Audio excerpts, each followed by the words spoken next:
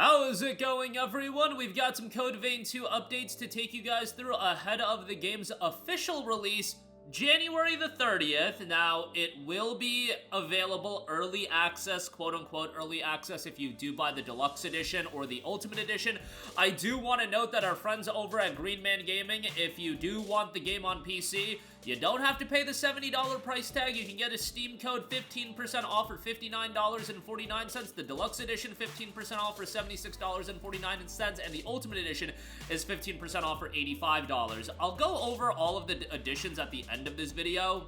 I think the Deluxe Edition is the best value pickup if you are looking to play the game a little bit early, but I think, you know, if you can wait a couple of days, the base game is fine too, but we'll get to that. Want to give you guys a heads up on the character creator demo, which is being panned over on Steam.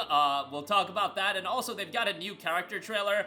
That is awesome. This is the type of stuff that excites me whenever I see a character this wacky. I'm all aboard on that. Give me all the wacky Japanese anime-esque characters that you can find in games like this, and that'll get me more excited. But first of all, Code Vein 2 does have a character creator demo. We knew that this was going to be coming, and you can experience Code Vein 2's extensive character customization feature in this demo. Create your ultimate Revenant Hunter as the hunt approaches and showcase them in your base using photo mode. All created characters can be saved and transferred over to Code Vein 2. So if you don't want to waste a bunch of time, quote-unquote waste a bunch of time, it's not really wasting, but if you don't want to spend a bunch of time on release day customizing your character and creating your character, you can just download the character creator demo, make your character, and then you can utilize the photo mode as well, and then you can transfer it on over into the full game. All created characters can be saved and transferred over to the full game, so that is available now. But I should note, on Steam, it has got a mostly negative reception right now with 63 Steam user reviews. 28% of those reviews are positive with a mostly negative feedback.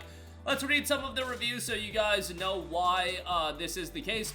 One user noticed all of the bangs from the first game are gone. Those really added a lot to the customization since we don't really seem to have a lot of anime hairstyles like the NPCs seem to have. I know it's probably to make the NPCs seem more unique, but they have a lot of things I wish I could have for my characters, from the hairstyles to body variants.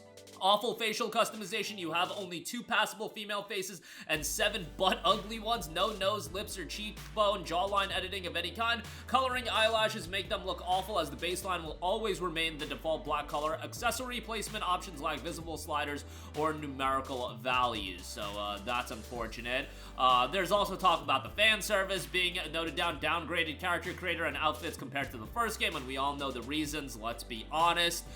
Game won't stop freezing at startup, crashing during loading screens, infinite loading during loading screens. Though my PC can run the graphics on high, the new art style is so ugly. They removed the bangs accessory from the character creator. I gotta say, I'm a fan of the art style. I know not a lot of people are fans of the art direction and they prefer the first game's art direction. I think the game looks great from a just straight art direction standpoint, so yeah. Another user notes wait for review discount before purchase. Now, obviously, the character creator demo is available for free. I think they're insinuating wait for the full game to be discounted, which, honestly speaking, looking at a game like Code Vein 2, this is the one game, this is one of the games, it's not the only game, but this is one of the games you look at and think, that $70 price tag, I really do think is going to be something that deters people from picking it up. I'm just being honest with you guys, as excited as I am for the game. Like, if you objectively assess it and just checking out my comment section, that's the one point I've seen made over and over again about that $70 price tag being too high, and they don't want to spend 70 bucks on it. And if you're a Souls-like guy, Nioh 3 is out the following week, and in fact, the Nioh 3 demo is out the same day as the major release, or the full release, I should say, for Code Vein 2. So the timing doesn't work out great either. Nioh is just going to be a more anticipated game, I feel. So there is that. Again, a lot of other negative reviews. Somebody says, absolute disgrace. Bandai Namco thinks we're gonna pay for a censorship slop. Think against. Code Vein 1 is one of my top games of all time, and I was super hyped for this and was gonna do a day 1 purchase, but I think I'll hold on to that cash for now. So take that for what you will. There's been a lot of talk over the censorship of the game and things of that nature. Look, I want the game to be good from a fundamental gameplay standpoint, but I can understand why people have their issues with it, and I want the performance to be good more than anything understanding as well on PC. So that character creator demo is available now. Also, they have dropped a character trailer, and this is by far my favorite character trailer so far. Not even close. A character trailer for Zenon. This is one of the allies that you can have throughout the game, and the trailer is literally a 3-minute musical. It is tremendous, and anytime we see quirkiness, zaniness well executed in Japanese RPGs or Japanese games in general, I'm all aboard on that. I know some people find this to be a little bit too wacky, a little bit too out there, but I think it fits in the style of game, and it's a character that stands out from all of the other characters in the game. You know, some of the characters are, they look great from an aesthetic standpoint, but I feel like as far as being super unique and having nuance, this is the one character that has stood out to me the most. There are other, you know, characters that look great and whatnot in terms of how they'll be executed in battle and whatnot, but in terms of actually being a likable and engaging character, this is the one that stand out to me the most. And that's me personally. Again, some people might find it to be a little bit cringe, but I thought it was great. It's a 3-minute trailer that does a really good job of showcasing him, and I think it was great that they did leave him as one of the final character trailers that they dropped. I do believe this is going to end up being the final one, but we shall see. So check out that trailer for sure, and obviously while you're seeing a bit of it here, you know, that's a trailer that you definitely want to watch with the full sound and everything like that. So take that for what you will.